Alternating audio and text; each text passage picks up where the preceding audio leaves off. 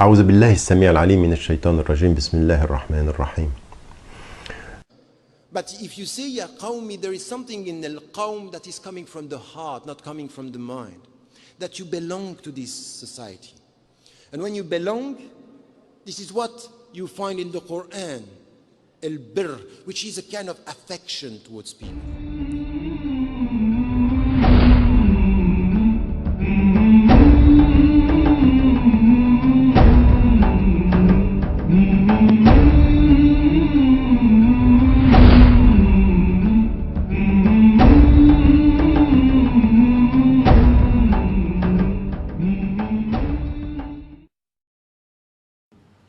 Ça, c'est une question qui est importante aussi, sur laquelle il faut que, dans la communication qu'on a avec Dieu, quand tu demandes à Dieu, parfois Allah subhanahu wa ta'ala, il te répond tout de suite.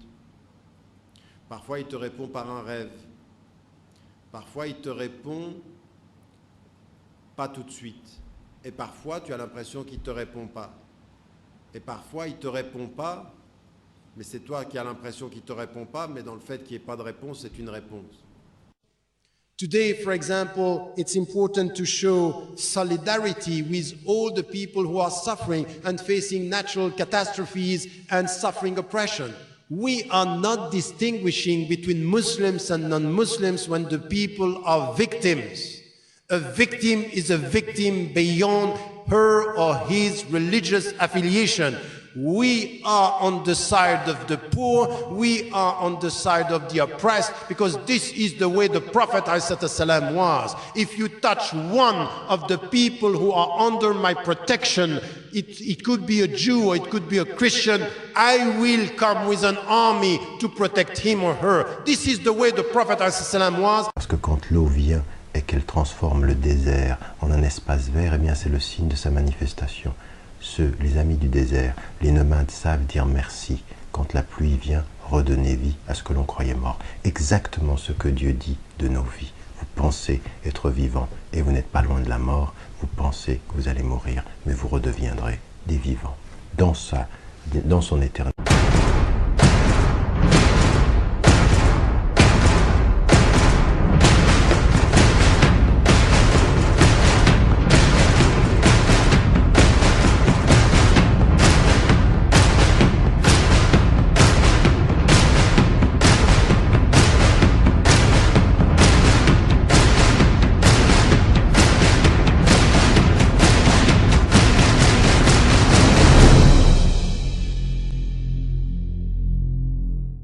أعوذ بالله السميع العليم من الشيطان الرجيم بسم الله الرحمن الرحيم والصلاة والسلام على أشرف المرسلين سيدنا محمد وعلى آله وصحبه أجمعين أيتها الأخوات أيها الإخوة أحييكم بتحية الإسلام تحية من عند الله مباركة طيبة السلام عليكم ورحمة الله وبركاته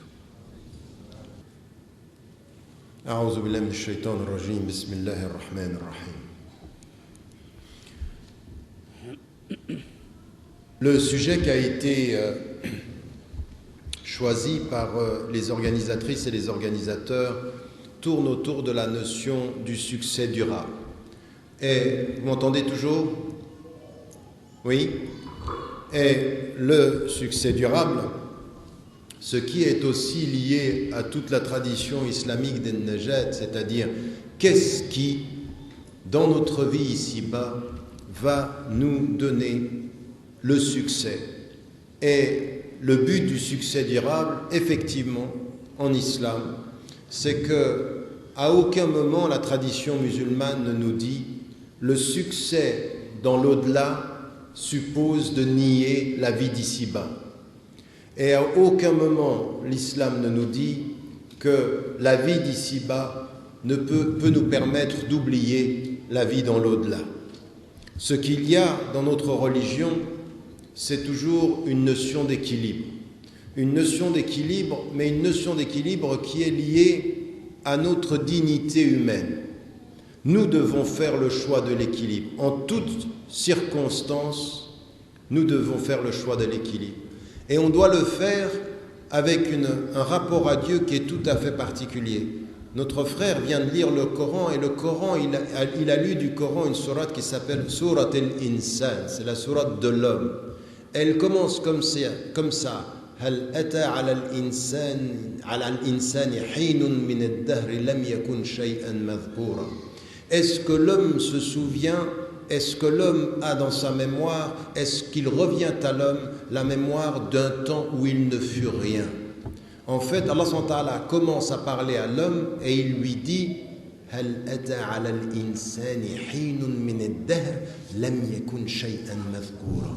Un temps où il n'était rien, où il n'avait aucune référence et il n'avait aucune valeur et aucune présence. Ça veut dire quoi? Allah subhanahu wa ta'ala commence par parler à l'homme et il lui rappelle quoi? Au moment même où il parle de l'homme à l'homme, il lui dit le début de votre route avec Dieu commence par l'humilité. Un jour vous n'étiez rien. Un jour, vous n'étiez rien avant votre naissance. Un jour, vous n'étiez pas grand-chose avant d'avoir été conçu. Et un jour, toute l'humanité n'était rien parce qu'elle provient de la terre. Et quand on sait qu'on provient de la terre, il faut se rappeler l'humilité de ceux qui n'oublient pas leurs origines. Et c'est une première dimension de notre foi. Elle va se situer dans l'humilité. Et tawadu', l'humilité, c'est de se souvenir qu'en fait, il faut que nous nous méfions de nos propres arrogances. Et quand Allah subhanahu wa ta'ala interpelle directement dans Surat al-Insan l'homme, il lui rappelle ceci. Il lui rappelle, un jour, tu n'étais rien. Un jour, tu n'étais que poussière. Et à la poussière, tu retourneras, c'est ce que l'on sait, parce qu'il est dit par rapport à eux. Il est dit par rapport aux êtres humains, ces gens, ils aiment tout ce qui va vite, et ils laissent derrière eux un jour qui sera un jour très très lourd. Qu'est-ce que c'est ce jour qui sera lourd? Ils viennent de rien, ils n'étaient rien, aujourd'hui ils sont des hommes et ils retourneront à Dieu, et ce jour-là est un jour qui sera lourd. C'est la lourdeur d'un jour du jugement, alors qu'ils étaient, certains des hommes aujourd'hui, ils aiment l'oubli, ils aiment la vitesse. Allah subhanahu wa ta'ala nous rappelle notre destin, commençons par nous dire d'où nous venons et nous rappelons ce qui nous attend. Et entre les deux, que dit-il dans le verset qui vient de les versets qui viennent de nous être rappelés? Et c'est là où vous allez voir que tout le sujet d'aujourd'hui, il est lié à ça. Inna hadaynahu, c'est-à-dire Allah subhanahu wa ta'ala, nous l'avons dirigé as-sabil imma shakiran ou imma kafura. Allah subhanahu wa ta'ala, il dit, nous lui avons donné la voie imma shakiran, et regardez ça, c'est pas la foi contre le kufr, ici c'est une dimension beaucoup plus importante qui est liée à la foi, et shakir, c'est-à-dire celui qui remercie ou celui qui nie. La foi, c'est reconnaître Dieu et le remercier pour ce qu'il nous a fait, le remercier d'où on vient et le remercier parce qu'on retourne à lui. Ou alors ceci, ou alors la dimension de la négation. Et l'homme, il a ce choix, en fait, entre une origine qui est rien, qui est la terre, qui devrait nous appeler et nous rappeler l'humilité, et le jugement, qui est la finalité de notre vie. Allah subhanahu wa ta'ala nous parle du choix que nous avons à faire. Et le choix que nous avons à faire, qu'est-ce que ça veut dire? Ça veut dire qu'Allah subhanahu wa ta'ala nous dit, entre les deux parenthèses de votre vie, entre la naissance et la mort, eh bien vous avez une dimension, une référence qui va décider de votre succès ou de votre perte. Et c'est comment allez-vous gérer votre liberté?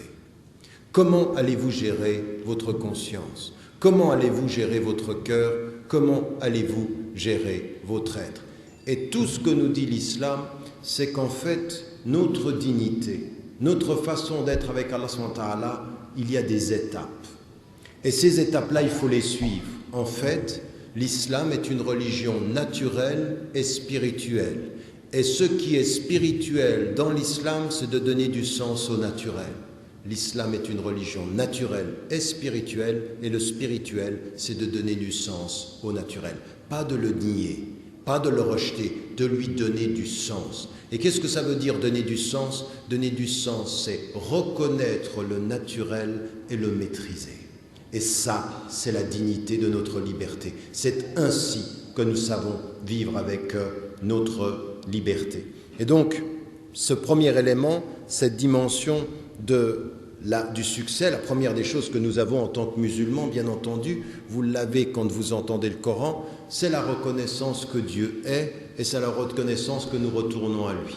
Avec ceci, quand nous reconnaissons qu'il est, Allah subhanahu wa ta'ala nous dit, maintenant, une fois que vous avez reconnu qu'il est, vous devez gérer votre liberté. Les savants comme Ibn Kathir, et ceci a été en plus longuement étudié par un savant comme Abu Hamid al-Ghazali, discuté par Ibn Taymiyyah, relevé et discuté par les hadiths qui sont rapportés par Malik, et également dans toute la tradition hanafite qui est celle majoritairement de votre île, la discussion sur qu'est-ce qui fait la dignité de l'homme et qu'est-ce qui fera son succès. La dignité est dans la liberté, le succès est dans la maîtrise de ses choix et dans la maîtrise de ses décisions. Donc en fait, notre dignité, c'est notre liberté, le fait de nous sauver, notre succès est dans notre façon de gérer notre liberté, et c'est donc de revenir à notre conscience. Ça, c'est ce que nous enseigne l'islam, et c'est ce que nous enseigne l'islam sur tous les domaines, sur toutes les dimensions de notre vie, comment nous allons, de ce point de vue-là, donner du sens à notre vie. Et c'est ceci que vous devez commencer très simplement à vous poser comme question.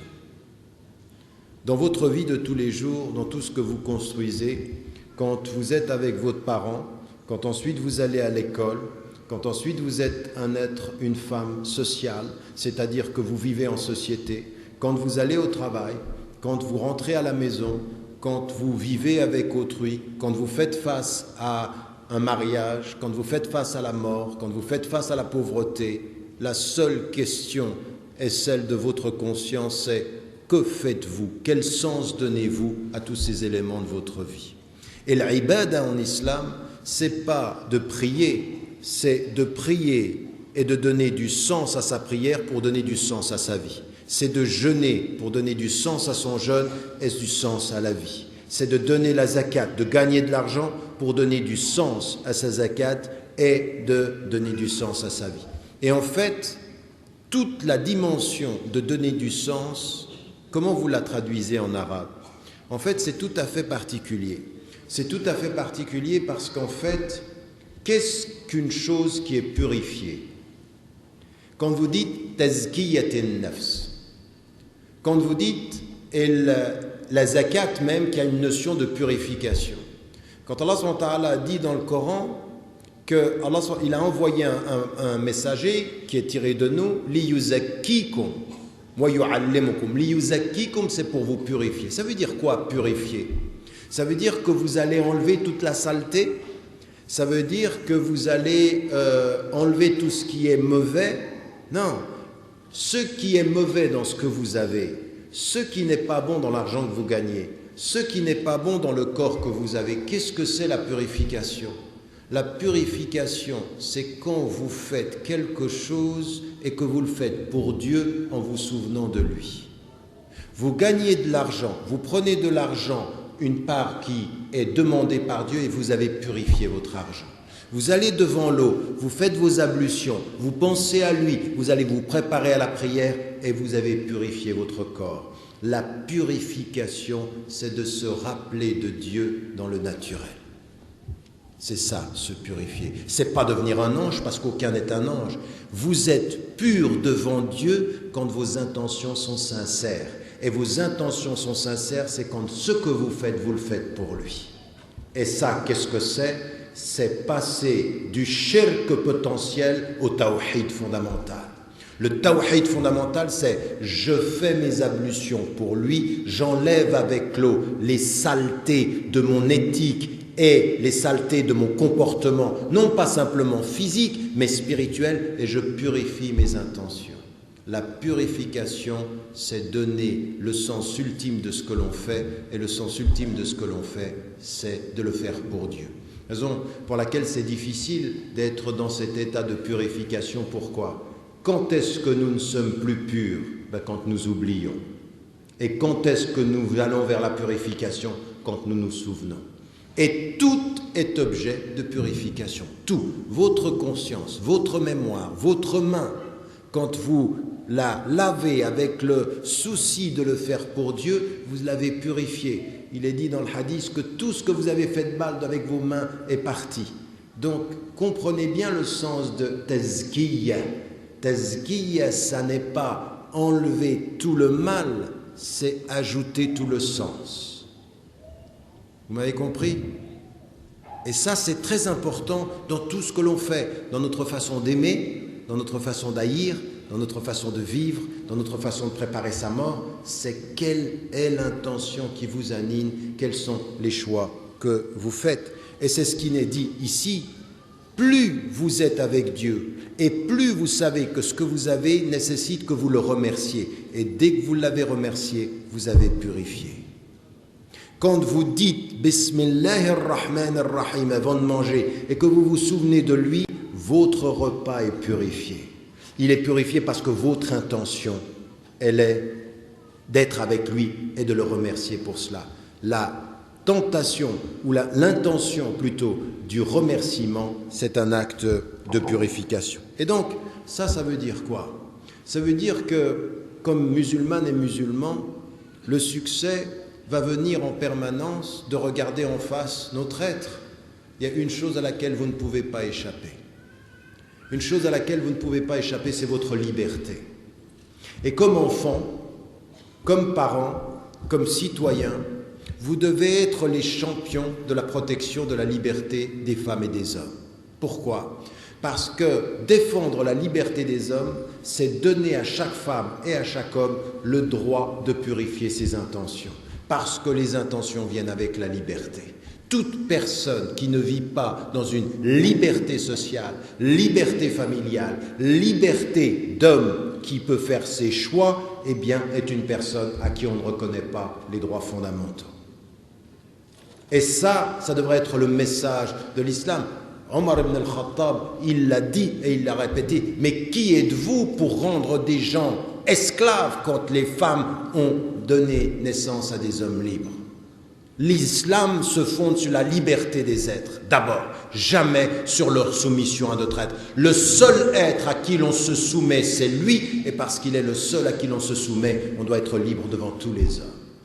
Toute société qui produit des asservissements intellectuels, sociaux, raciaux ou de n'importe quel autre type ne reconnaissent pas le lien fondamental de la foi avec la liberté et donc enlèvent une dignité et ne peuvent pas être des sociétés du succès. Jamais. Ici-bas, la liberté est une condition de ma foi. Parce qu'il est dit dans le Coran qu'il nous a dit qu'il nous mettait sur la voie imma shakiran ou imma kafura. C'est où tu remercies, où tu vas. Faman sha'a falyu'min wa man sha'a falyakfur. Que celui qui croit. Et Allah subhanahu wa ta'ala, il nous dit que ceci est un élément nécessaire. Donc, avant de parler du succès, il faut se donner les moyens de ce succès. Il faut se donner les conditions de ce succès. Et ce premier élément-là, c'est la liberté. Il n'existe pas de possibilité même pour les hommes, même pour les femmes. Pourquoi pensez-vous qu'Allah, le prophète il dit Talabul ilm faridatun ala kulli muslim wa muslima, c'est-à-dire que le savoir est une obligation pour les femmes comme pour les hommes. Pourquoi Allah a dit au prophète Iqra? Pourquoi? Parce que ta liberté passe par ta connaissance. Parce que ta connaissance, c'est ta liberté. Parce que ignorant, tu es emprisonné. Parce que connaissant, tu deviens libre. Et parce que libre, tu pourras choisir la foi. Et que ignorant, tu ne choisis pas. La position, le succès fondamental commence déjà par se poser la question des conditions du succès. Et les conditions du succès, parce que je dois être libre, je dois avoir accès à la connaissance. Et toutes les femmes qui sont ici, au lieu parfois d'être assises à demander qu'on vous donne vos droits, il faut vous lever et dire devant Dieu, mon droit, c'est le droit à la connaissance, car j'ai droit à la liberté et j'ai le droit de choisir. Devant Dieu, il faut me donner ce choix. Parce que le jour du jugement dernier, toi papa, toi mon frère, toi ma sœur, toi mon fils, il n'y en aura pas un qui sera là, parce qu'un jour je serai seul devant Dieu à devoir répondre de quoi? De ce que j'ai fait, de ma liberté et de mes intentions. Qu'est-ce que j'ai purifié de moi? Et qu'est-ce que c'est la purification? C'est passer du naturel au spirituel. Et qu'est-ce que c'est de passer du naturel au spirituel? Donner du sens au naturel. Et donner du sens au naturel, c'est se souvenir de lui. Et se souvenir de lui, c'est le remercier. Et le remercier, c'est purifier. Voilà notre chemin islamique. Voilà ce que sont les conditions. Le prophète, quand il reçoit le Coran, il est en quête de Dieu et il est en quête de savoir. Allah lui envoie le savoir et lui dit maintenant libère les hommes. Et quand ils sont allés voir ceux qui voulaient les soumettre, il lui dit mais qu'est-ce que vous enseigne ce prophète? Qu'est-ce qu'il vous enseigne? Qu'est-ce qu'ils lui ont dit? Ils lui ont dit de l'étroitesse de ce monde au vaste univers de l'au-delà, de la soumission aux hommes, aux soumissions au Créateur. C'est un message de libération. Et un message de libération, il y a quoi dans libération? Il y a liberté. Et qu'est-ce qu'il y a avec la liberté? La responsabilité. Et qu'est-ce qu'il y a avec la responsabilité? Le choix de décider. Voilà ce que devrait être un musulman aujourd'hui. Vous voyez bien que c'est quand même autre chose que notre discours ronronnant sur soumets-toi et tais-toi. Oui, je vais me soumettre peut-être à Dieu, mais pas à toi. Et tu sais quoi, je ne vais pas me taire. Parce qu'à lui, je prie et devant toi, je parle. Parce qu'il m'a dit, lui, que devant les hommes, il faut parler. Et surtout quand on est injuste. Et surtout quand il y a des dictateurs. Et surtout quand il y a de la pauvreté. Et surtout quand il y a de l'injustice. Parce que ce qu'il me dit ici, c'est que je dois être un homme qui libère les pauvres. Vous avez vu dans le texte, il rappelle l'humilité des hommes et il dit tout de suite, يطعمون الطعام على حبه مسكينا ويتيما وأسيرا إنما نطعمكم لوجه الله لا نريد منكم جزاء ولا شكورا. Voilà ce qu'il vient de lire. Il vient de lire ça. Nous vous donnons de la nourriture pour le bien de Dieu et nous ne voulons de vous aucun remerciement et aucune récompense. يطعمون الطعام على حب. Parce qu'on l'aime, on vous sert. Et de vous, on n'attend rien. On n'attend que de lui. Et si on attend de lui, c'est que notre intention est sincère. Notre don est pur parce qu'il est pour lui et nous libérons les pauvres. Mais que voulez-vous comme message qui soit plus fort en termes du début du succès? Donc, quand on comprend l'islam, non pas simplement en parlant le succès, c'est la prière, tout ça c'est vrai, le succès, c'est le Coran, c'est la prière, c'est le jeûne, mais avant qu'il y ait la prière, le succès, il y a des conditions fondamentales de ce que l'islam dit sur l'homme, il dit sur la femme. Et Allah, quand on dit que Allah dit que devant Dieu nous sommes égaux hommes et femmes, il dit aux femmes comme aux hommes. Il faut donner la dignité de la liberté, la dignité de la connaissance, la dignité du choix, laisser les hommes libres, les permettre de décider, et c'est là qu'ils décideront de leur succès ou de leur perte. Les conditions du succès avant les moyens du succès. Et les musulmans, partout où nous sommes, nous devons être ainsi. Dans cette société, à l'heure où je vous parle ici, sur l'île Maurice, il y a des femmes et des hommes qui n'ont pas les moyens de leur liberté, ils n'ont même pas les moyens de leur dignité. Vous avez des gens qui vivent dans des endroits où il n'y a pas de dignité. Vous avez des gens qui n'ont pas de choix, et vous avez des gens qui n'ont même pas la liberté. Et au lieu, vous, de penser à leur donner les conditions de leur choix, vous les jugez de s'être trompés. Toute personne qui regarde un homme ou une femme qui n'est pas musulmane et qui se permet de la juger pour ce qu'elle ne sait pas, devrait se poser la question de savoir quelles conditions elle a respectées pour qu'elle choisisse. Est-ce qu'elle avait les moyens de son choix, oui ou non, avant de juger de s'être trompée? Est-ce qu'elle avait les moyens de dire non? Est-ce qu'elle avait les moyens de rejeter avant que nous soyons là pour la juger? A-t-on donné aux femmes et aux hommes de nos sociétés le choix ou les moyens de leur choix et de leur décision? Deuxième des choses qui vient de là et qui est important, parce que vous voyez tout ce que je vous dis, c'est très ancré ici-bas. c'est la liberté ici, c'est la connaissance ici. Mais toujours dans l'équilibre avec l'au-delà. Mais Allah subhanahu wa ta'ala, il ne nous a pas dit que l'appel de l'au-delà devait nous faire oublier les conditions nécessaires ici-bas. Non, ici-bas, c'est important, donnez aux gens les conditions ici-bas. Vous gagnez dans l'au-delà selon ce que vous faites ici-bas. C'est donc l'équilibre, toujours. C'est une religion naturelle et spirituelle parce que c'est un équilibre entre le spirituel et le naturel. C'est un équilibre entre ici-bas et l'au-delà. C'est un équilibre qui est fondé sur quoi? C'est un équilibre qui en toutes circonstances est fondé sur l'harmonie. L'harmonie, c'est qu'on prenne en compte toutes les dimensions de notre être. Ce qui a été dit. Il y a des femmes, elles étaient tellement prises par l'islam, il y en a une en particulier, elle mettait un fil dans la mosquée, elle voulait prier jusqu'à s'endormir. Il est venu, il a enlevé le fil, il a dit non, pas comme ça, pas comme ça. Ton corps a besoin de dormir, donc tu dors. Tu pries quand tu peux et tu dors si tu dois. Mais tu pries pas contre ton sommeil. Parce que si tu pries contre ton sommeil aura raison de toi. Si tu te crois plus fort en esprit que ton corps aura raison de ton esprit. Tu dormiras en priant. Et si tu dors en priant, tu pries pas. Donc un équilibre. Enlevez ces fils, soyez équilibrés. Soyez équilibrés dans le naturel, soyez équilibrés en respectant votre corps, soyez équilibrés en respectant votre intelligence. Tout dans l'islam nous dit que le succès, c'est les conditions du succès et l'équilibre des moyens. L'équilibre des moyens, c'est toujours de considérer ces deux dimensions, ce dont nous devons nous rappeler et ce qui est fondamentalement, l'équilibre est fondé sur quoi? Sur la justice. Sur la justice. Et les premières dimensions, la première chose, le premier être avec lequel nous pouvons être injustes, c'est nous-mêmes. Ce qui est dit ici, quand Allah subhanahu wa ta'ala nous appelle à l'humilité, c'est soyez juste avec vous-même, reconnaissez vos qualités, mais reconnaissez vos déficiences. Soyez humble, ne soyez pas arrogant. La tamshi fil ardi maraha. Ne marche pas avec arrogance sur la terre. Baisse ta voix. Ta voix, il faut qu'elle soit douce, ta marche, il faut qu'elle soit humble. Ça, c'est ce que dit Luqman à son fils. C'est sur la vie, sur la terre, sois arrogant. Ne marche pas avec cette arrogance. Mais en même temps que tu ne dois pas être arrogant, il faut savoir que tu dois être engagé dans cette vie pour la changer. Que tu dois véritablement t'engager et que tu dois résister et que tu dois être debout. Debout devant l'injuste, humble parmi les hommes. Toujours. Ça, c'est encore, vous voyez, l'équilibre. Jamais d'arrogance, jamais d'excès. De quoi? De l'ego, en fait.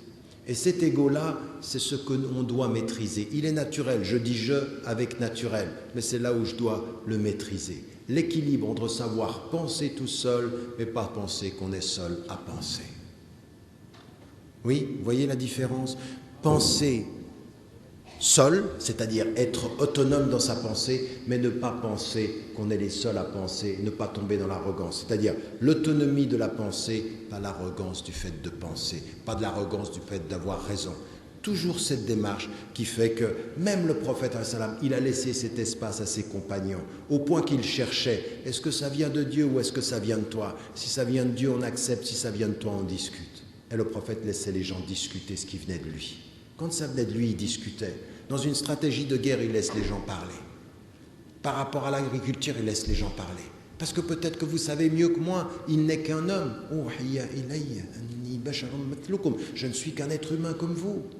Donc il laisse cette dimension-là, et c'est une dimension de l'harmonie. Puisque le frère a parlé des invocations du prophète, une des invocations que le prophète répétait souvent, était celle-ci qui référait à la justice étonnamment sur nous-mêmes. Rabbana zalamna anfusana. Dieu, nous avons été injustes avec nous-mêmes. Wa in lam taghfir lana wa tarhamna lanakunanna minal khasirin. Écoutez bien ce qui est dit ici. Dieu, nous avons été injustes avec nous, et si tu ne nous pardonnes pas et si tu ne nous fais pas miséricorde, nous serons parmi les gens perdus. Zalamna anfusana, ça veut dire quoi? Ça veut dire que c'est la réponse dans l'invocation à cet autre compagnon qui avait rappelé qu'une chose que le prophète avait repris, donne à chaque dimension de ton être son droit. Essaye d'être un être en harmonie. Ton choix, c'est l'harmonie. Mais c'est pas facile. Vous savez, c'est plus facile d'être extrémiste que d'être équilibré. En fait, c'est plus facile d'être déséquilibré qu'équilibré. de faire un choix pour quelque chose qu'on aime bien et puis de tout mettre là-dedans. Mais l'équilibre en toutes les dimensions de son cœur, de son intelligence, de son corps, soi et les autres, cet équilibre-là qui est la tusrifu, même le prophète le Coran le dit dans le Coran, ne soyez pas excessifs en rien. Ne soyez pas excessifs en rien, parce que nous sommes des êtres humains qui allons vite vers l'excès. Pourquoi l'alcool nous est interdit? Parce qu'en fait, dans ce produit-là, il y a tout le malheur de la destinée humaine. Un petit verre d'alcool, ça ne fait pas de mal à personne. L'excès d'alcool, ça fait du mal à tout le monde.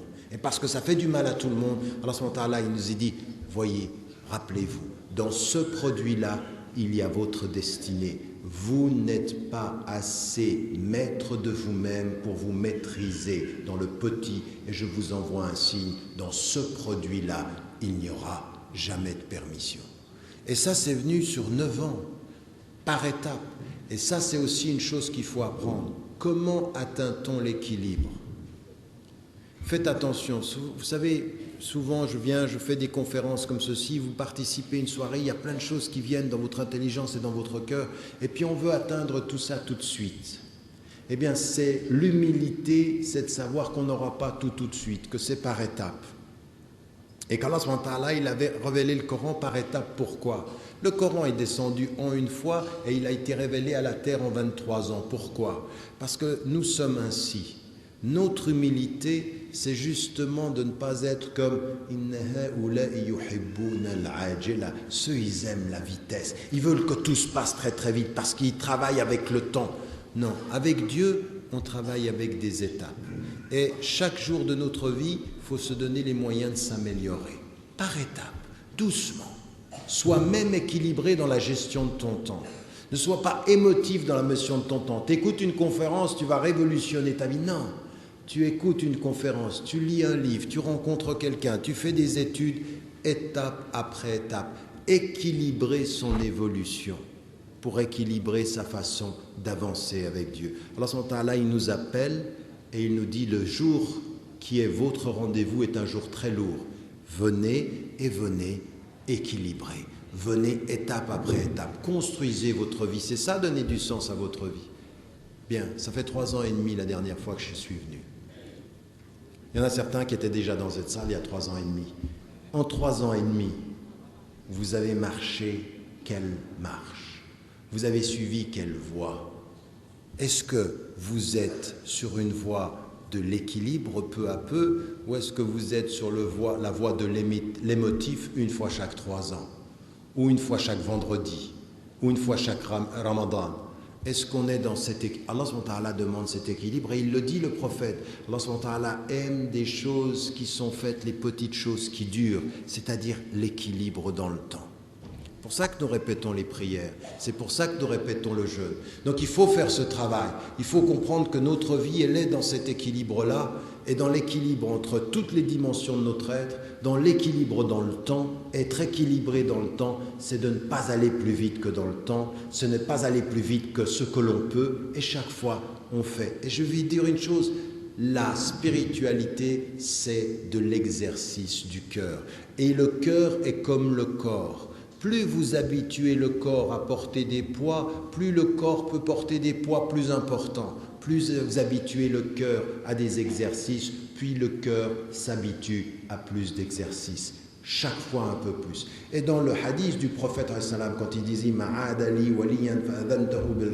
quand il dit celui qui s'oppose à un de mes amis, je lui déclare la guerre, qu'est-ce qu'il dit? Il dit que nous avançons par étapes. D'abord avec quoi? Les fara'id. Et puis avec quoi? Les nawafil. Chaque fois nous avançons un peu plus. Chaque fois nous rajoutons. Chaque fois nous essayons un tout petit peu plus. De façon régulière, mais de façon humble.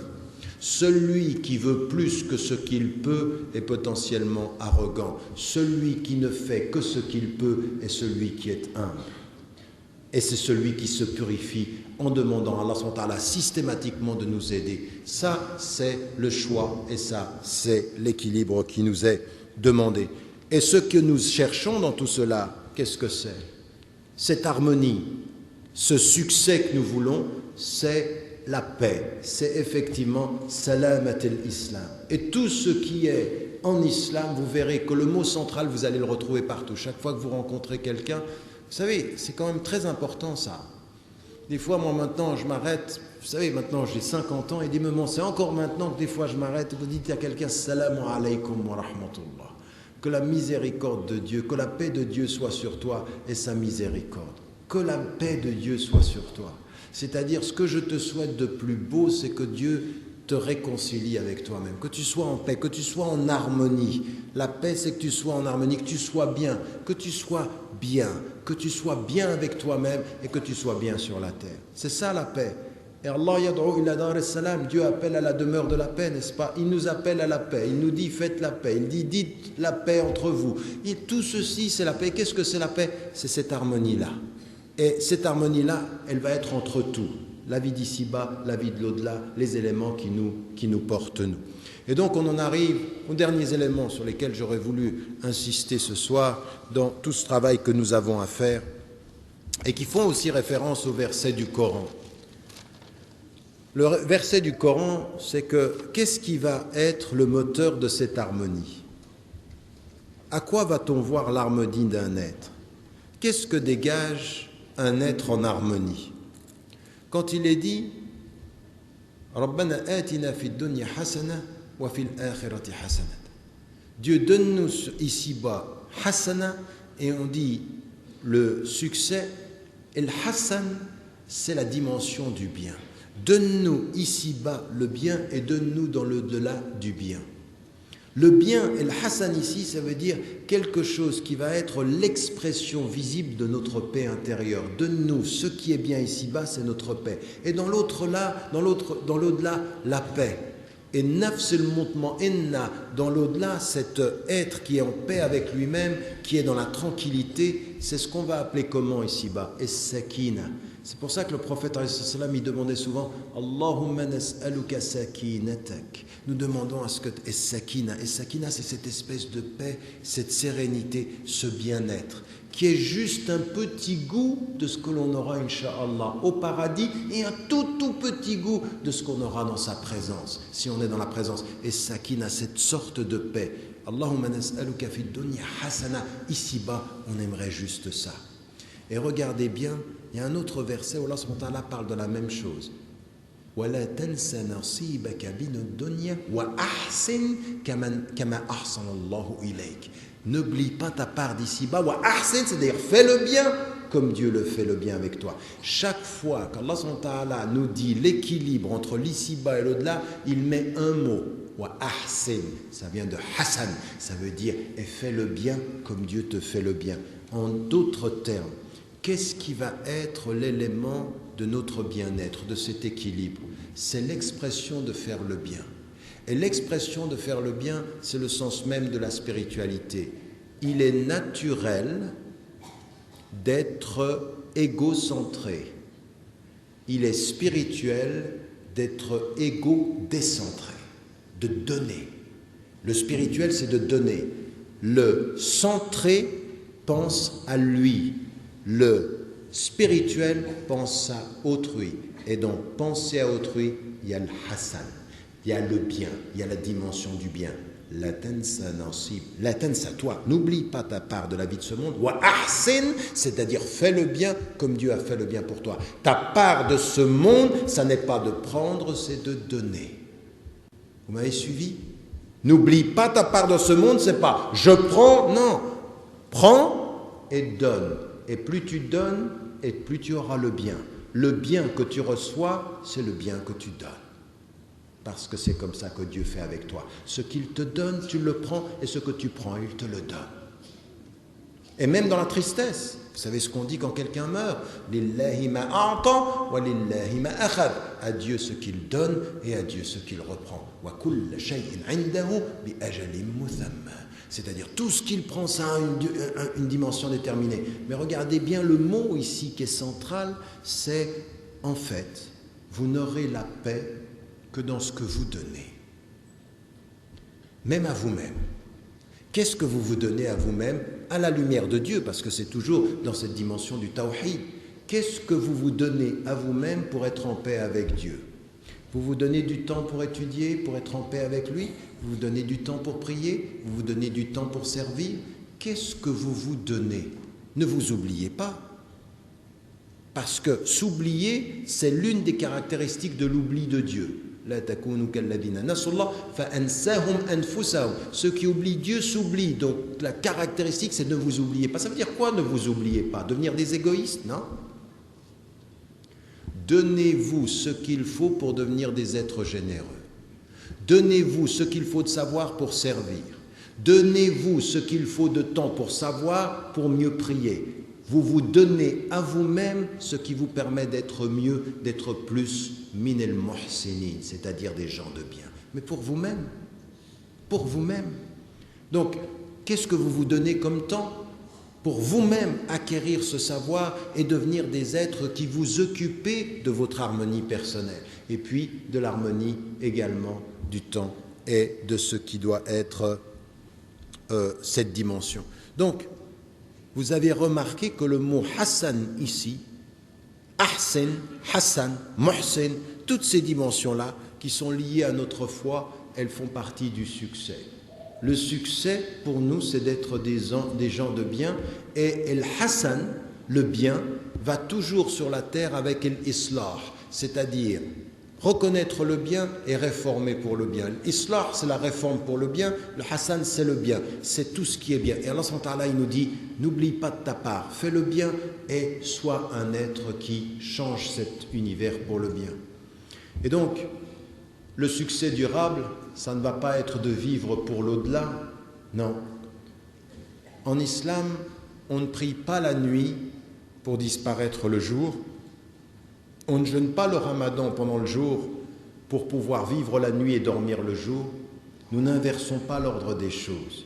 Nous donnons du sens aux choses, mais nous n'inversons pas l'ordre des choses. Le prophète, il était même dans l'équilibre. Il ne voulait pas que les choses soient trop lourdes pour la communauté. Quand il a commencé à prier le tarawih, il a finalement prié le tarawih à la maison pour que ça ne soit pas devenu une obligation pour les musulmans. Pourquoi? Parce que ce qu'il voulait comprendre, tout est une question d'équilibre dans notre vie. Pas trop, mais juste ce qu'il faut. Et chacun d'entre nous doit trouver son équilibre, ce qu'il lui faut. Mais dans cette façon d'être avec Dieu, dans cette façon d'être dans notre prière, il faut toujours, dans notre façon de pratiquer notre religion, eh bien, trouver le meilleur moyen de pouvoir lier les prières que l'on fait pour lui et le service que l'on peut faire pour les hommes et que l'on doit être pour les hommes. Et si on en revient à des mots dont il faut qu'on se souvienne dans ce qui est le succès durable, comment être sur la terre pour penser à son succès ici-bas et dans l'au-delà, qu'on demande à Allah de nous donner les hasanats ici et dans l'au-delà, eh bien, là, une première des choses dont il faut se souvenir, les premiers éléments dont il faut se souvenir, c'est les choses suivantes. Le premier succès d'ici-bas, c'est de lutter contre sa propre négligence. Donc, ce qui est le Coran, ce que sont les prières, pourquoi lisez-vous le Coran? Pourquoi priez-vous? Pourquoi donnez-vous la zakat? Pourquoi jeûnez-vous? Pourquoi faites-vous le pèlerinage? Pour vous rappeler de la shahada. Le premier pilier est ce qui doit revenir dans tous les 4 éléments de votre pratique. Vous priez, vous donnez la zakat, vous faites le pèlerinage et vous jeûnez pour vous rappeler de la shahada. En fait, le premier succès, c'est le souvenir. C'est la lutte contre l'oubli. Ça, c'est le dhikr. Et il faut que ça fasse partie de votre vie. N'importe quelle personne qui vient vers vous et qui vous dit, quand on parle du dhikr, c'est du soufisme, vous lui dites, arrête. L'islam est basé sur le dhikr, parce qu'Allah a dit, inna nahnu nazzalna dhikr. Nous avons fait descendre le rappel. Le rappel ici, c'est le Coran. Le Coran, son 3e nom, c'est le dhikr. Notre résistance, notre succès, c'est notre force de nous souvenir. Et ça veut dire quoi, se souvenir? C'est se souvenir dans la majorité des choses que l'on fait dans la vie. La seule fois où le prophète délaissait un instant le souvenir, c'est quand il en sortait et qu'il disait « Ghufranak ». C'est quand il entrait dans la salle de bain. Quand il allait faire ses besoins, il sortait, il disait « Je te prie de m'excuser pour le temps que je viens de passer. Là, je t'ai oublié. C'était une dimension de quoi? De respect, de dignité. Ghufranak. Donc même quand il sort de là où il le laisse, il lui dit « Je t'ai laissé, pas par oubli, mais par respect ». Donc ce n'est pas un oubli, c'est une parenthèse. Il ne l'a pas oublié. Mais là, ce n'est pas un lieu où on se souvient. On ne fait pas du dhikr dans la salle de bain. On en sort, et de ce point de vue-là, on commence. Et donc même là, le prophète sallam suspend et il dit ça, c'est l'un des grands succès que vous avez. Et je vais vous dire une chose, personne ne voit votre succès. Personne ne peut savoir la qualité de votre souvenir. Ça ne se voit pas dans la façon dont vous répétez Bismillah ou Alhamdulillah. Après, ça va se voir dans votre façon d'agir. Mais d'abord, c'est une qualité personnelle entre vous et Dieu. La deuxième des choses que nous avons à faire à partir du souvenir, c'est que le souvenir ne se voit pas, mais sa conséquence se voit, c'est orienter sa vie. Et ça, c'est suivre le chemin. Inna hadaynahu, nous l'avons guidé. Et sabil, c'est la voie. Et la deuxième chose que nous avons à faire pour le succès ici-bas, c'est l'orientation de sa vie. Au bout du compte, ici, vous êtes venu ce soir, il y a un frère qui vient de vous voir de l'étranger. Votre vie, à quelle direction? Quelle direction vous avez donnée à votre vie? Pourquoi vivez-vous? Quelles sont les priorités de votre vie? Vous souvenir de Dieu, mais dans votre vie, quelles sont les priorités? Le succès vient de là. Est-ce que votre vie, vous l'avez orientée vers la purification, c'est-à-dire donner du sens pour Dieu, ou est-ce que votre vie, vous l'orientez vers le succès d'ici-bas, plus de salaire, plus de reconnaissance, plus de pouvoir, plus de notoriété? Parce qu'il le dit, le Coran vous le dit, quelle voie êtes-vous en train de suivre? Quelle voie êtes-vous en train de suivre? La voie du succès là ou la voie du succès là et là-bas? Il n'est pas interdit de gagner de l'argent. Il n'est pas interdit d'avoir un succès ici-bas. Puisque le prophète sallam, par le Coran, il demande à Allah, donne-nous le bien ici-bas. Mais à une condition, c'est que le bien ici-bas le soit à la lumière de l'au-delà. Pas un bien d'ici-bas, parenthèse, plus d'argent, plus de pouvoir. Non, à la lumière d'ici-bas, à la lumière du premier, se souvenir puis s'orienter. Se souvenir et s'orienter, c'est une des choses qui va déterminer le succès durable. C'est ça qui va déterminer ce que l'on doit faire et de la façon dont on doit le faire. Mais il y a une troisième chose aussi qui est importante dans le succès. Et ça, les gens ne le voient pas toujours. C'est que le prophète, il est venu avec une mission. Oui, Ahl al-Risala, le prophète est venu avec al-Risala. Al-Risala, c'est le message, il est venu pour parler. Et quand vous regardez sa vie, vous suivez la vie du prophète, c'est très étonnant. Il est venu avec un message, il passe son temps à écouter. Il est venu avec le pouvoir, il passe son temps à servir. Il est venu parler aux riches, il n'a pas arrêté d'être proche des pauvres. Il n'avait rien, il donnait tout. Il avait peu de combattants et il résistait aux armées les plus fortes. Ça veut dire quoi? C'est que le prophète, ce qu'il nous a dit, c'est que la clé du succès, ce n'est pas d'être servi, mais de servir. Question, ce soir, là maintenant, qui dans votre vie, qui dans votre entourage peut dire aujourd'hui de vous, personnellement, il me sert ou elle me sert? Qui peut le dire? Si déjà vos parents ne peuvent pas le dire, faites attention parce que ça veut dire qu'il y a un écran entre vous et le chemin qui mène à Dieu. Si vos parents ne peuvent pas dire que vous les servez, ça veut dire quoi? Peut-être que servir, ça veut dire quoi? Prier pour eux. Ça veut dire vous souvenir d'eux. Ça veut dire savoir demander à Dieu systématiquement, vivant ou mort, la bénédiction de Dieu. C'est ça les servir. C'est aussi ça les servir. Et puis ensuite, de faire en sorte que dans leur vie, vous soyez présents. Servir, c'est servir par le cœur, c'est servir par la présence. Si vos parents, mais quel que soit votre âge, quel que soit votre âge, ceux qui d'entre vous ont passé 50 ans, 60 ans et qui sont encore les enfants de leurs parents, posez-vous la question, est-ce que vivant ou mort, vous servez vos parents? Est-ce que vivant ou mort, vous servez vos frères et vos sœurs? Qui sur la terre aujourd'hui peut dire « toi tu sers » et non pas « tu te sers » ? Qui peut le dire?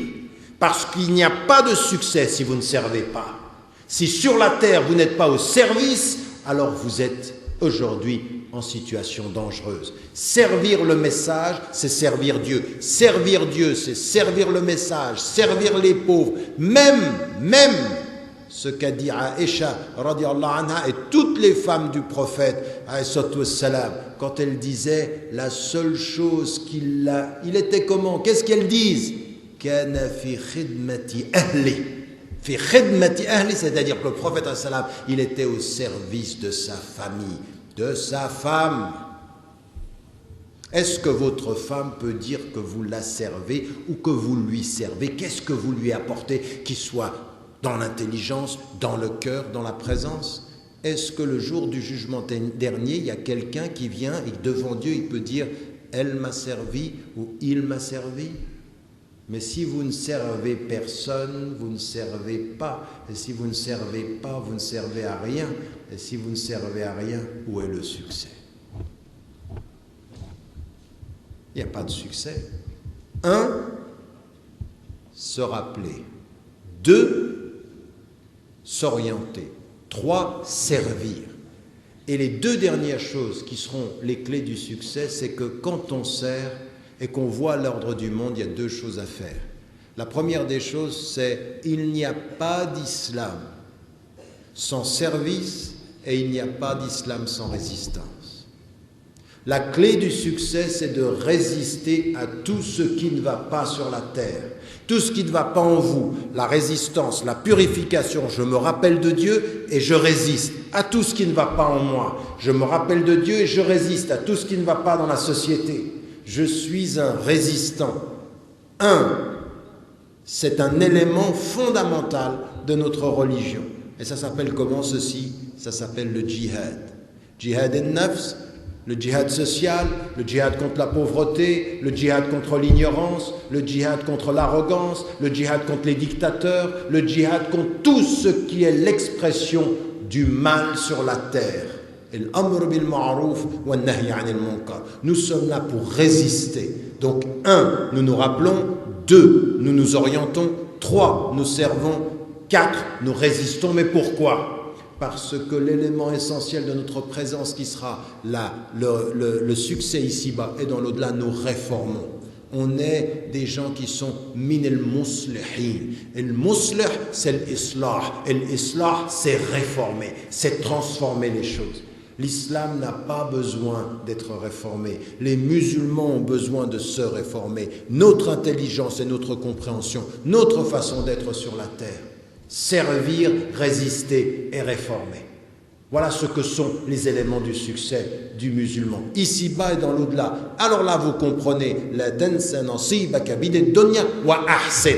N'oublie pas ta part de la vie de ce bas. Jouis de tout ce que tu peux jouir. Tout ça, c'est naturel et c'est bien. Yas'alunaka mada uhilla lahum. Ils te demandent qu'est-ce qu'il leur est permis. Qul uhilla lakum at-tayyibat. Tout ce qui est sur la terre est bon. Mais il faut que tu te rappelles. Mais il faut que tu t'orientes. Mais il faut que tu serves. Mais il faut que tu résistes. Mais il faut que tu réformes.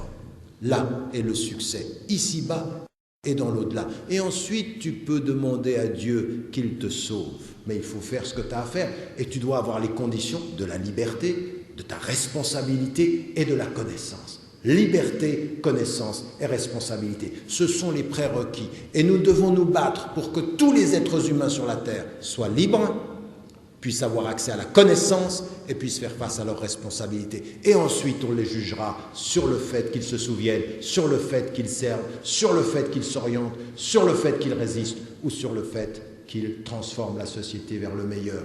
Maintenant, la question, elle est simple. Votre succès se mesure à des choses aussi visibles. Est-ce que vous êtes des agentes et des agents de la réforme de la société mauricienne? Est-ce que vous êtes des acteurs de ce succès ici-bas et dans l'au-delà? Ce sont des questions simples, ça doit être visible ça, ce n'est pas des discours que l'on tient à une conférence un vendredi soir, c'est le projet d'une vie, c'est notre visibilité et c'est ce dont nous devons nous souvenir. Et ma conclusion, elle est la suivante. Parce que même dans la liberté, dans le succès, il y a des choses qui sont tout à fait particulières. Vous savez, nous vivons dans une société où l'on nous dit on ne peut pas toujours choisir et nos sentiments et puis les modes et puis... Vous savez, il y a deux histoires et on va terminer par ces deux histoires dont il faut que vous vous souveniez. En fait, Ibrahim alayhi salam, il a attendu toute sa vie d'avoir un enfant et il ne pouvait pas avoir d'enfant et il aura un enfant. Et le premier-né dans la tradition musulmane, c'est Ismaïl alayhi salam. Et il a Ismaïl alayhi salam, et à un moment donné, il l'a tellement attendu qu'il a fini par tellement l'aimer. Il l'a aimé à la lumière de son attente.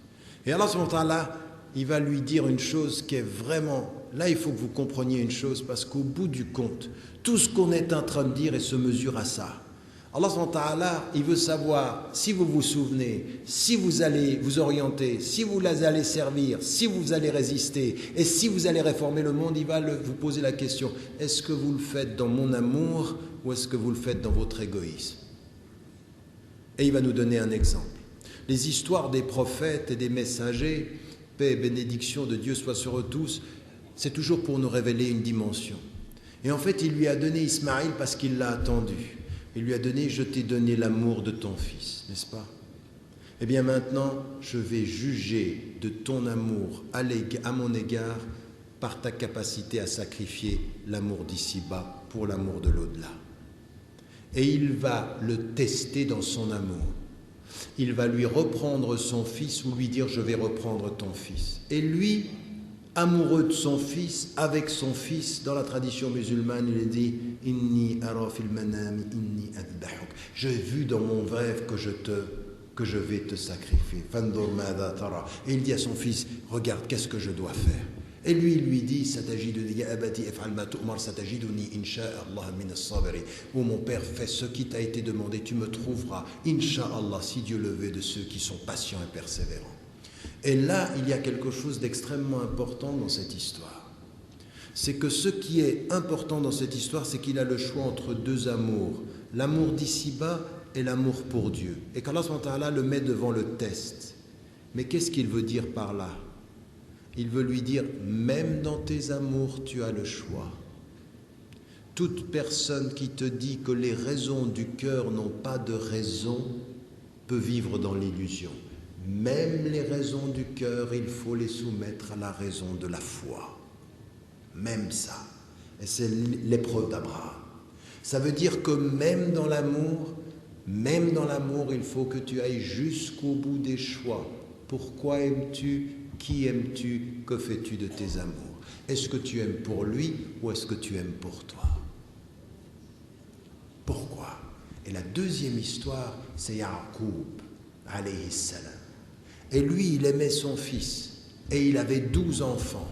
Et il y en avait un, il s'appelle Youssouf, alayhi salam. Et ses frères sont jaloux de lui, ils veulent le tuer. La Youssouf, ahabba ila abina minna. Il est plus aimé par notre père que nous, on va le tuer. Et il ne sera pas mort, et il va le retrouver. Et Ya'qub, ils viennent vers lui et lui disent, ton fils, il est mort. Il dit, non, il n'est pas mort. Je sens qu'il n'est pas mort. Et qu'est-ce qu'il fait lui? Même dans ses amours, il met des priorités. Je l'ai aimé ce fils, peut-être plus que vous, parce qu'il est dans le bien et que vous voulez son mal. Je choisis l'amour du bien, pas l'amour des êtres. C'est le bien en lui que j'aime et c'est le mal en vous qui me fait peur. Sabrun jamil, wallahu al-musta'an. Ça veut dire que même Ya'qub alayhi salam, il nous envoie un message. Il a 12 enfants, 10 veulent le mal, un veut le bien, une autre est une victime. Et lui, il leur dit, vous saurez bientôt les raisons de mon amour pour lui. Je l'aime de l'amour d'un père et je l'aime de l'amour d'un croyant. Il est mon fils et il est croyant. Et plus tard, ce fils qui est croyant, qu'est-ce qu'il va faire? par le choix que lui fait de l'amour, il va tous les mettre d'accord, les 10 enfants plus les parents. La force de l'amour, c'est de choisir ce qui est juste, mais avec ce qui est juste, orienter son amour, orienter ses amours dans le bien. Ça veut dire, faites attention à votre cœur, ça veut dire, votre cœur, il faut le maîtriser. Ça, c'est du naturel au spirituel. Aimer son enfant, c'est bien. L'éduquer à ce qu'il aime Dieu, c'est la voie du succès. Et aimer ses parents, c'est bien. Les aimer en Dieu, ça, c'est le succès. Et que Dieu nous aide. Wallahu a'lam wa a'la wa ahkam wa salamu alaykum wa rahmatullah. Et un silence de méditation, Inch'Allah.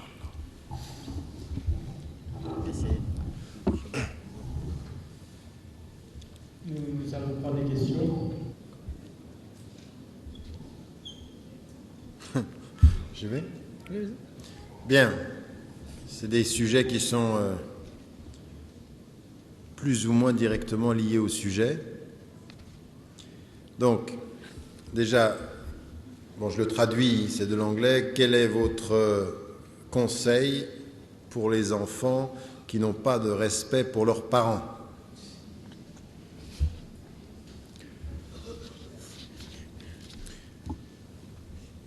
Vous savez, c'est pas des questions faciles, ça. Parce que on peut dire et rappeler systématiquement, il faut que les enfants respectent les parents. Et puis, par expérience, je veux dire, on est maman, on est papa, on essaye de faire au mieux. Comment on fait pour se faire respecter par ses enfants ? Ça va dans les deux sens. Et c'est là où il faut vraiment voir comment les choses se sont passées. Dire à un enfant, tu dois respecter tes parents, on peut lui rappeler les préceptes islamiques, alhamdoulilah, lui dire ceci, mais c'est toujours beaucoup plus profond que ça. Les questions de politesse, les questions de respect, ça ne se suffit pas de rappeler les hadiths du prophète, alayhi salatu wassalam, ou le verset du Coran, La takul lahuma uffin warfid lahuma janah al-dhulli min ar-rahma. Tout ce qu'on peut répéter, tous ces versets du Coran qui dit qu'il ne faut pas dire ouf à ses parents, que wa qada rabbuka la ta'budu illa iyya wa bil walidayni ihsana, qu'il faut respecter. Tout ça, ce sont des versets, mais dit comme ça peut être très théorique. Finalement, ce qu'il faut, c'est, pour chacune des situations, il faut que les parents fassent extrêmement attention. La meilleure éducation n'est pas une éducation qui soit permissive, c'est une éducation qui soit, encore une fois, c'est un équilibre entre donner un peu de liberté et puis établir des limites. Il n'y a pas d'éducation sans limites, il faut des limites. Donc les parents doivent se faire respecter par les limites qu'ils portent et ils doivent les deux être ensemble. C'est très important par rapport aux enfants qu'il y ait une communication par rapport aux enfants, qu'on se dise les choses, qu'on se parle, et puis que quelqu'un qui voit quelque chose, quand on est une femme et un homme et qu'on a des enfants, parfois c'est difficile parce qu'on est une femme toute seule ou parce qu'on est un homme tout seul, c'est difficile, mais essayez systématiquement de comprendre ce qui arrive à l'enfant et puis d'ajouter aux règles la psychologie de l'enfant, comprendre comment il réagit.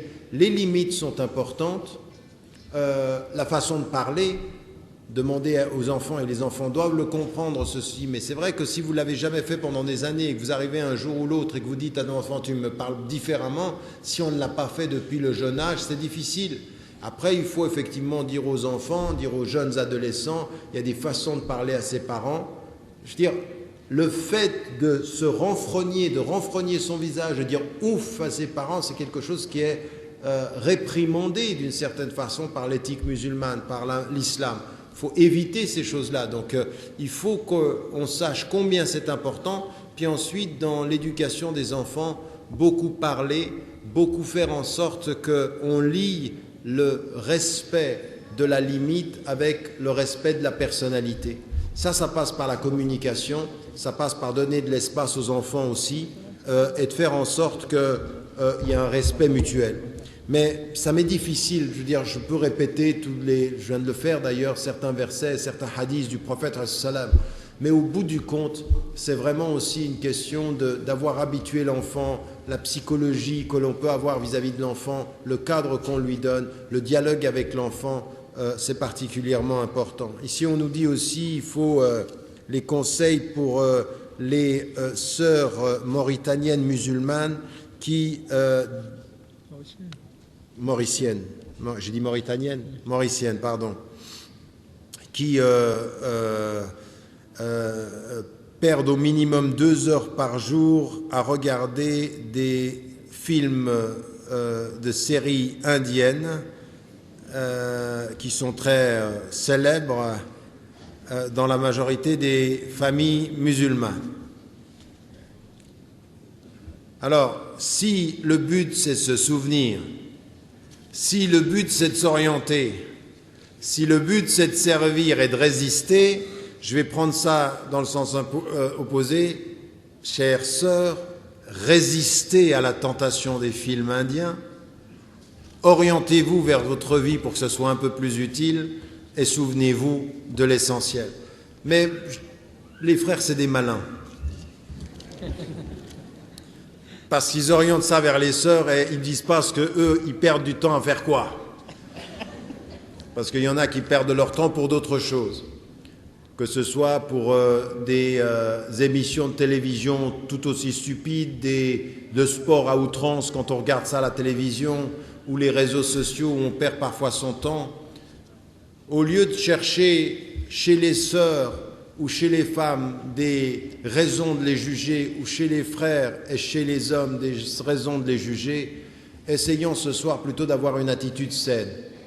C'est les raisons de se responsabiliser. Et c'est vrai, on peut avoir un moment de détente. Vous savez, le prophète, il disait, il y a 1 heure pour se détendre, 1 heure pour se souvenir. Après, on cherche des choses qui peuvent apporter un bien-être. On a le droit à ça. La Dunya, c'est que tu as le droit au bien-être, mais pas n'importe comment. Pas dans l'oubli, pas dans les divertissements qui nous font perdre notre temps. Et là, j'appellerai les frères et les sœurs à, finalement, au bout du compte, le succès, il est de ça. Il y en a qui viennent vers moi et qui souvent me disent, mais comment tu fais pour faire tout ce que tu fais en 24 heures ? Et des fois, j'ai envie de voir, je vois des frères et des sœurs, je leur dis, mais comment toi tu fais pour ne pas faire ce que tu as à faire en 24 heures ? En gros, tu fais rien. Tu passes ton temps à le perdre.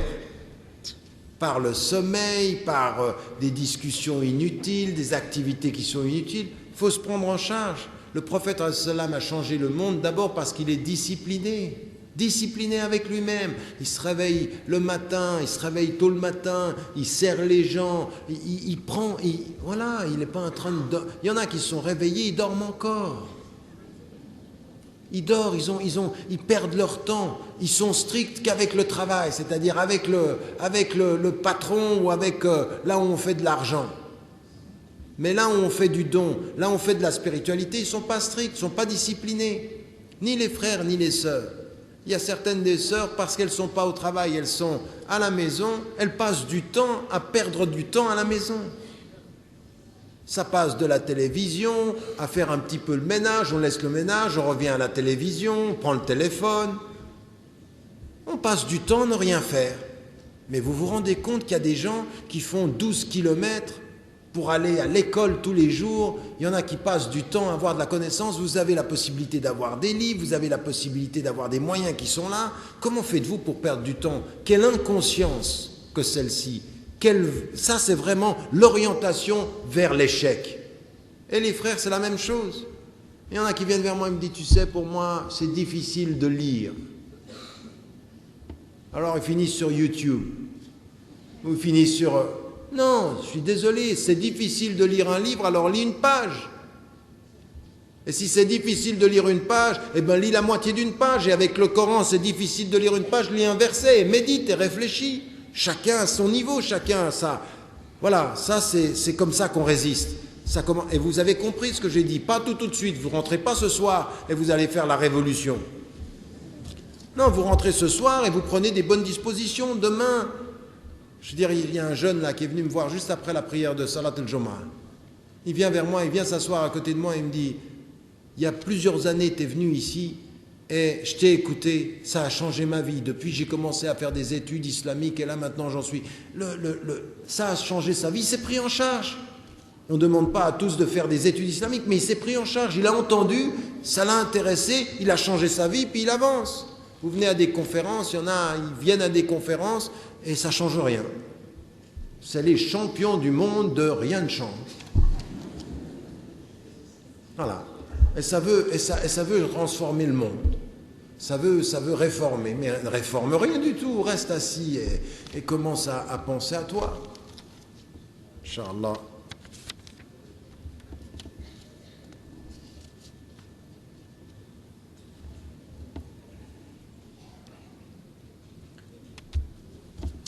Alors,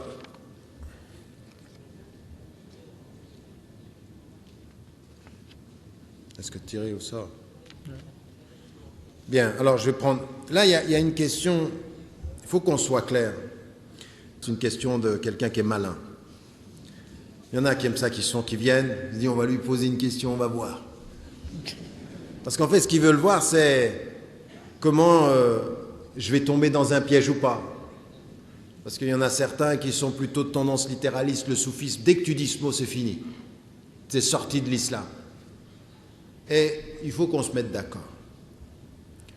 Il faut qu'on se mette d'accord. Déjà, quand on parle de quelque chose, il faut avoir un minimum de connaissance de ce dont on parle. Ce qui a été à un moment donné le soufisme, c'est un mot qui est venu après le début de l'islam, mais qui a traduit une attitude avec Dieu que le prophète ﷺ avait. Alors, vous pouvez oublier le mot soufisme. Ce qui est important, c'est de se dire qu'est-ce que le prophète ﷺ faisait. Le prophète ﷺ, qu'est-ce qu'il faisait? Il priait comme nous prions 5 fois par jour, n'est-ce pas? Il jeûnait comme nous jeûnons une fois, un mois par an. Il faisait tout ça, hein, les 5 piliers, il faisait tout ça. Mais pendant la nuit, il priait plus que nous, n'est-ce pas? Au point que ceux qui étaient avec lui dans la prière disaient sa prière était si longue que nos chevilles enflaient, tellement c'était long, tellement il priait longtemps. Le prophète, il priait pendant que les gens dormaient. Le prophète, il jeûnait quand les gens mangeaient.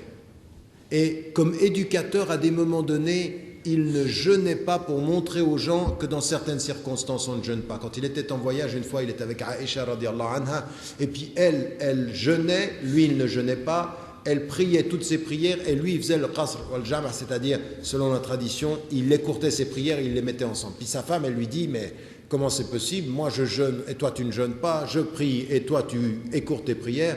Et puis, la réponse qu'il lui donne, il lui dit, ahsanti ya, regardez, ahsanti, Hassan, de nouveau le même mot, ahsanti ya Aïcha. Tu fais bien, Aïcha. Parce que des fois, il est un éducateur, il allège.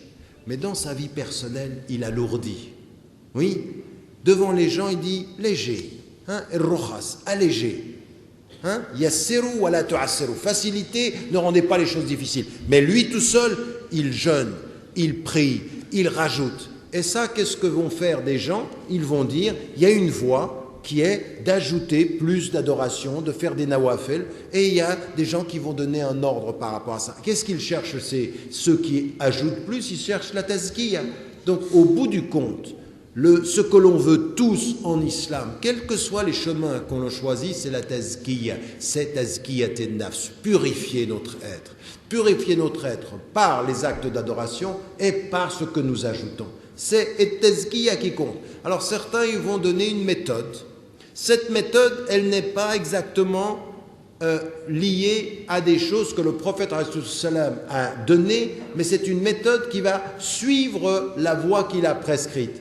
Certains vont ajouter des choses qui sont des choses que le prophète a faites une fois et eux, ils vont le faire comme une méthode. Est-ce que ça les sort de l'islam? Non, on peut être d'accord ou ne pas être d'accord. Ce sur quoi nous sommes tous d'accord, c'est l'objectif. Est-ce que l'objectif, c'est d'adorer Dieu sincèrement et de l'adorer que lui en ne faisant rien qui ne soit une chose qui est interdite par l'islam? Ça, c'est tazkiyat an-nafs. Et de ce point de vue-là, on suit cette voie-là et il n'y a rien de mal à ce travail du souvenir, de répéter les prières, d'ajouter des prières surérogatoires, tant que l'on reste dans ce qui est accepté par l'islam et qu'on n'y ajoute aucun élément d'innovation dans la aqidah, aucun élément d'innovation dans les ibadat. Tant que ceci est clair et qu'on ne rajoute rien, Eh bien, les voix qui sont, comment est-ce que l'on répète, par exemple, vous savez, même dans les hadiths du prophète, il nous dit, par exemple, à des moments donnés, de répéter 33 fois. Lui-même, il dit, vous connaissez l'histoire avec sa fille, Fatima al-Zahra, quand elle va vers lui et qu'elle lui dit, j'ai besoin d'un serviteur qui m'aide pour les pauvres, et lui, il lui dit, je ne peux pas donner de serviteur, je ne peux pas te donner de privilège, mais par contre, eh bien, s'asseoir au chevet de son lit, et il lui dit, tu diras, subhanallah, walhamdulillah, wallahu akbar, 33 fois, 33 fois, 33 fois. Qu'est-ce qu'il est en train de lui dire? Il lui donne un chiffre, et ce chiffre-là, il est simplement pour qu'il y ait une répétition dans le dhikr. Eh bien, il y en a qui vont prendre ceci, et qui vont en faire une méthode. Eh bien, il n'y a rien qui sort de l'islam en faisant ceci. Ils établissent une méthode à la lumière de ce que le prophète sallam a dit.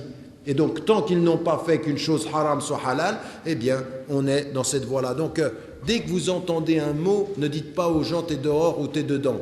Sachez qu'est-ce qu'on entend par ce mot, qu'est-ce que font les gens. Parce qu'il y en a qui viennent et qui vous disent « moi je suis soufi », ils prient plus, ils jeûnent plus et ils font n'importe quoi. Ça, c'est pas du soufisme, c'est pas de la spiritualité, c'est pas de la tazkiya, c'est la destruction de l'islam de l'intérieur. Et de ça, nous ne voulons pas. À ça, nous dirons non, ça n'existe pas. Maintenant, de dire je veux prier et purifier mon cœur, je veux prier et purifier mon nafs, oui, il faut le faire car le prophète sallam le faisait dans le silence et sans que personne ne s'en rende compte. C'est ça le tahajjud, c'est pour ça qu'on prie la nuit.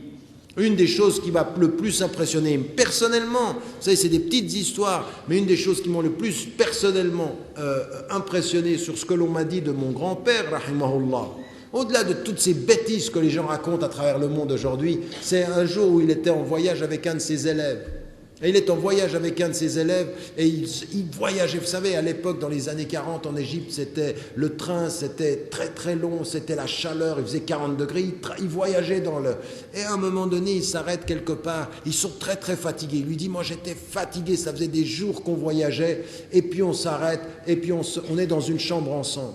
Et lui, il est à côté de moi, il me dit, Omar, tu dors? Il s'appelait Omar Telmisani qui était avec lui. Et lui, il dit, non, je dors pas. Et il s'arrête. Il le laisse. 20 minutes plus tard, Omar, tu dors? Et il dit, non, je dors pas. Ils étaient très fatigués. Troisième fois, il lui dit, Omar, tu dors? Et moi, je lui dis, et c'est Omar qui raconte cette histoire. Il lui dit, moi, je pensais qu'en lui disant que je dormais, ça le gênait parce que c'est comme s'il pensait que... Alors j'ai fait comme si je dormais. Et j'ai pas répondu pour pas le gêner. Et qu'est-ce qu'il a fait? Regardez, c'est ça que je garde moi, d'un être qui a changé une génération de personnes pour le bien de la réforme. Alors, qu'est-ce qu'il fait? Il dit, il n'a pas répondu. Alors, je l'ai vu se lever, prendre le tapis de prière. Il pensait que je dormais et il ne me voyait pas. Il a mis le tapis de prière et il a commencé la prière de la nuit. Il dit, il m'a demandé 2 fois si je dormais pour ne pas me gêner moi. Il ne voulait pas que je me lève pour prier avec lui. Il voulait me laisser dormir et lui prier sans que personne le voie. Ça s'appelle comment ça? Tazkiyat an-nafs. C'est le contraire de l'ostentation. On ne montre pas, mais on le fait dans le secret de Dieu. C'est ça que moi je retiens de ce qui est le meilleur enseignement. Priez Dieu seul pour lui et ne faites pas en sorte que ce soit vu. Et ça, c'est la voie de Tazkiyat an-nafs, mais également de certains cercles de spirituels qui sont liés à des règles très strictes, mais sans jamais tomber dans des choses qui ne sont pas acceptées par l'islam. Il est dit que par rapport à celles qui partaient en voyage avec le prophète, il y avait parfois du tirage au sort, et ça vient du hadith qui est rapporté par Al-Bukhari. Et là, on me demande, est-ce que le tirage au sort est acceptable? Ça dépend dans quelle intention et dans quel cadre. Il y a des limites au tirage au sort. Ici, c'était dans un cadre réglé que le prophète a pu le faire, mais le tirage au sort dans le jeu, le tirage au sort dans tout ce qui est la chance, c'est une chose que l'on ne fait pas en islam. Et vous feriez bien de dire et de faire entendre, parce que moi quand je viens à l'île Maurice et que j'entends qu'il y a des femmes et des hommes parmi des musulmans qui sont peut-être pas forcément pratiquants, mais qui jouent sur des courses de chevaux, qui jouent sur la loterie, qui jouent pour gagner de l'argent, une des choses qu'il faut absolument que l'on cesse, c'est tous ces jeux de hasard. Ces jeux de hasard sont contre notre éthique. Au lieu de mettre de l'argent en espérant gagner des millions, donne l'argent aux pauvres, c'est peut-être là que tu gagneras ton paradis. Il faut arrêter tout ce qui est lié aux jeux de hasard. C'est malsain, c'est non islamique et ça n'est pas digne d'une communauté de foi. Ça, c'est pour répondre plus généralement à cette question. La liberté de la femme en islam est-elle celle comprise par l'Occident? Comprise ou comparée? Comparée? Comprise, comparée? Est-elle comparable à celle que l'on offre aux femmes en Occident? Alors, ça, c'est une excellente question. Ma fille Mariam, elle aura la possibilité d'aborder cette question, Inch'Allah, c'est mardi. Mardi, il y aura. Au Century à 10h. Mardi au Century à 10h, c'est ça? Inch'Allah. Ça, c'est une bonne question à aborder parce que c'est aussi important dans toutes les discussions qu'on a sur la question des femmes de véritablement se poser la question du fondement et des conditions de la liberté des femmes. Je pense que vous aurez l'occasion d'y revenir. Bien entendu, il y a des différences. Bien entendu, on n'est pas toujours d'accord. Mais il y a aussi des choses qui sont similaires. Et j'ai essayé de commencer à l'aborder. Et de ce point de vue-là,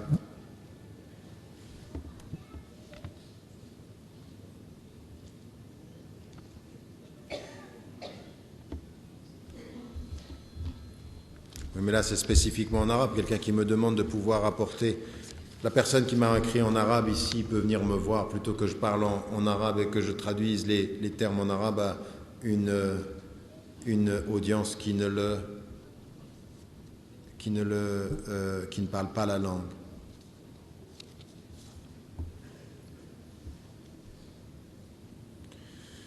Salam alaikum. Le conflit israélo-palestinien affecte le monde arabo-musulman.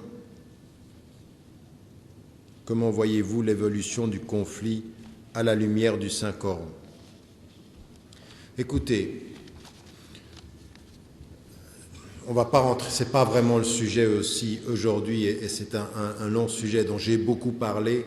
Le dernier livre que j'ai écrit s'appelle L'Islam et le réveil arabe, où je parle aussi de ce qu'on appelle aujourd'hui, ce qu'on a appelé les révolutions, le printemps arabe. J'avais mis beaucoup de questions, beaucoup de questionnements là-dessus, et je parlais du conflit israélo-palestinien comme étant un conflit central. C'est un conflit central. Le peuple palestinien est le peuple oublié de tout ce qui est en train de se passer au Moyen-Orient. Mais j'aimerais aussi vous rappeler de penser à vos frères et vos sœurs en Syrie, de penser à vos frères et vos sœurs en Burma, les Rohingyas qui sont aujourd'hui soumis à un génocide caractérisé et dont on parle peu et dont même le monde musulman ne parle pas. Donc tout ceci, ce sont des conflits dont il faut se préoccuper, il faut se renseigner, mais faites aussi attention à une chose. J'entends souvent maintenant des gens qui sont sur Internet et qui réagissent à toutes ces questions-là de façon complètement émotionnelle. Je vous ai dit, vous êtes libre et la liberté, elle se gère avec la connaissance. Il faut apprendre et il faut lire les choses. Mais il ne faut pas commencer à faire des choses qui sont lecture du Coran et prendre le Coran et faire une espèce de lecture du monde à la lumière du Coran en interprétant les versets comme s'il disait exactement ce qui se passait. Non, le Coran n'est pas un livre d'histoire du moment, ni un livre de science. On dit, et c'est clair, rien dans le Coran ne s'oppose au savoir scientifique, mais le Coran n'est pas un livre scientifique. Il n'est pas à nous d'aller chercher dans le Coran et de voir toutes les preuves des sciences contemporaines. Non, parce que les preuves scientifiques d'aujourd'hui ou les vérités scientifiques d'aujourd'hui peuvent être les erreurs de demain. Alors demain, on va refaire d'autres interprétations pour encore montrer que ça concorde. Non, le livre du Coran, c'est un livre de morale. Rien dans le Coran ne s'oppose à la science, mais toutes les réponses scientifiques ne sont pas pas dans le Coran, car le Coran n'est pas un livre strict de science. Et la deuxième des choses, c'est certains, ils vont aller chercher dans le Coran et faire des parallèles en disant, oui, le Coran dit ceci, c'est le signe de la fin des temps. Je suis désolé, parfois des pseudo-chers, qui sont suivis par des gens qui les suivent sur l'émotion, parce qu'ils sont comme ça. Il faut faire très attention à ça. À la lumière du Coran, il ne faut pas commencer à tout mélanger. Le Coran nous donne des orientations historiques, il ne nous donne pas les faits historiques du moment. On ne peut pas faire ça. Ça, ce n'est pas une lecture, c'est devenir superstitieux, ça. Vous savez ce que c'est superstitieux? C'est lire le Coran comme on a envie qu'il soit et qu'il nous parle de l'histoire. La superstition n'est pas islamique. La superstition, c'est un mauvais usage de l'intelligence. Donc faites très très attention à ça, parce qu'il y en a certains, ils ont déjà déterminé qu'on était dans la fin du monde, que le Coran dit tout. Mais le Coran, quand il parle, et même le prophète, quand il parle des signes de la fin du temps, ça ne veut pas dire que ça va arriver maintenant. Il peut y avoir des signes maintenant, et puis qu'un jour auprès un jour auprès d'Allah, c'est 1000 ans pour nous, comme nous dit le Coran. Donc c'est des choses qui sont sur le temps long, et on a des lectures très superstitieuses aujourd'hui, fabriquées par une pensée qui est tout à fait simpliste. Donc il faut faire attention à ça, il ne faut pas tomber dans cela. Puis la deuxième chose que je voulais vous dire, c'est qu'on le voit aujourd'hui en Occident, il y a des gens qui ont très bien compris comment il fallait attirer les musulmans. On voit aujourd'hui des gens qui attirent les musulmans en étant antisionistes, simplement en critiquant l'État d'Israël, et les musulmans commencent à s'intéresser à ces gens-là uniquement parce qu'ils sont antisionistes. Non, faites attention, on a une nouvelle forme d'antisionisme aujourd'hui qui provient de gens dans le monde occidental qui sont racistes, xénophobes et qui n'aiment pas l'islam. Ils veulent l'islam pour le nombre, ils ne veulent pas les musulmans pour la sincérité, ils veulent les instrumentaliser en disant on est avec vous contre Israël, soyez avec nous sur d'autres domaines. Et ils ne sont pas bien intentionnés. Ils ont compris que les musulmans fonctionnent plus par l'émotion que par l'intelligence. Méfiez-vous de ceux qui vous attirent par des messages politiques superficiels.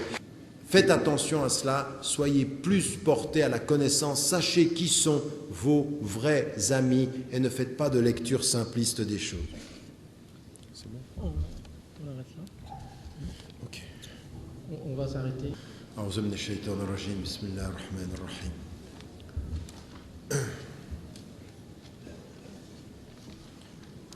اللهم اهدنا فيمن هديت وعافنا فيمن عافيت وتولنا فيمن توليت وبارك لنا اللهم فيما أعطيت وقنا واصرف عنا شر ما قضيت إنك تقضي بالحق ولا يقضى عليك إنه لا يذل من واليت ولا يعز من عاديت تباركت ربنا وتعاليت اللهم يا مقلب القلوب ثبت قلوبنا على دينك اللهم لا تزغ قلوبنا بعد إذ هديتنا وهب لنا من لدنك رحمة يا رحمن يا رحيم اللهم قوي إيماننا ثبت أقدامنا تقبل منا أعمالنا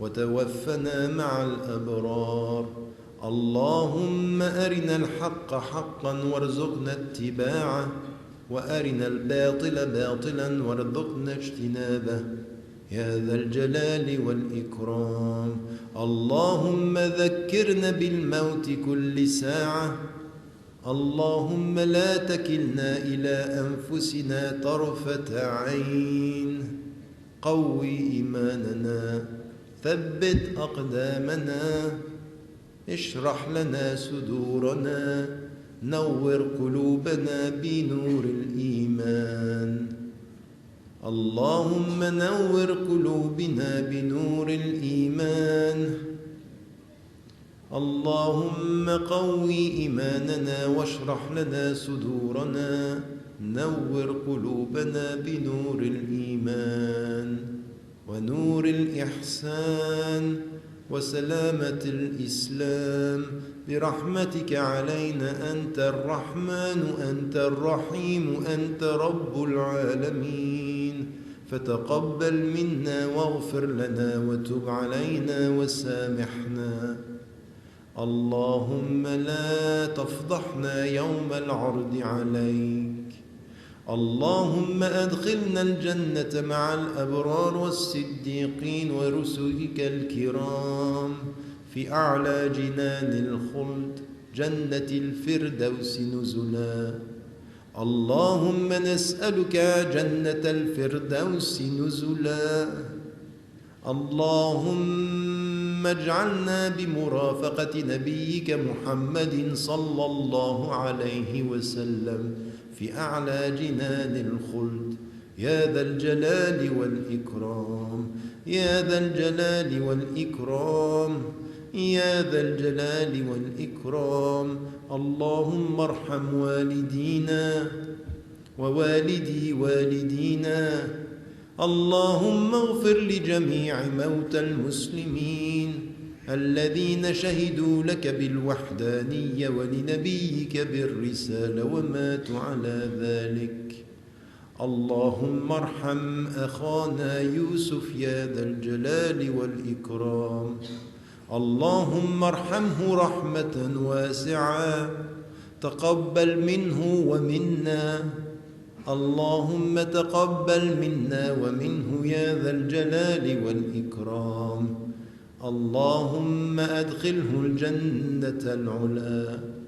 اللهم نسألك الجنة وزيادة، فاللهم متعنا بالرؤية إلى وجهك الكريم يا رحمن يا رحيم يا رب العالمين. ألف بين قلوبنا وأصلح ذات بيننا، وأنزل علينا هاهنا سكينتك ورحمتك.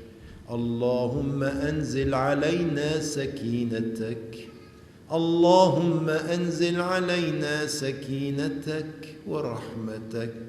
اللهم ظلمنا أنفسنا، وإن لم تغفر لنا وترحمنا لنكونن من الخاسرين.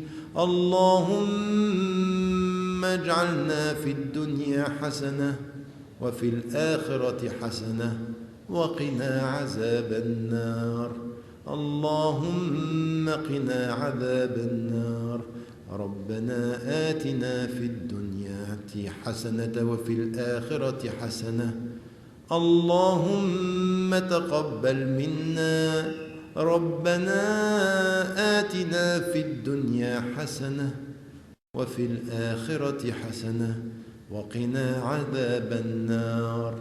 اللهم قنا عذاب النار واجعلنا من أهل القرآن.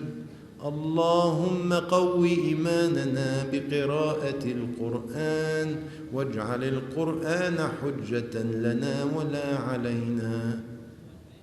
اللهم أنت لا إله إلا أنت، استجب دعاء المظلومين، استجب دعاء المساكين.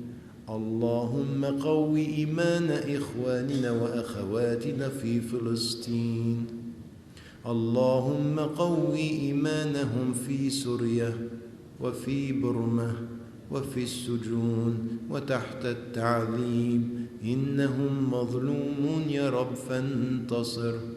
اللهم استجب دعاءهم، قوي إيمانهم، ثبت أقدامهم، وانصرهم على أعدائهم، أعدائك أعدائنا أعداء الدين، برحمتك عليهم وعلينا يا كريم يا ودود. اللهم اجعلنا من الصابرين، اللهم اجعلنا من الصابرين، اللهم اجعلنا من الصابرين.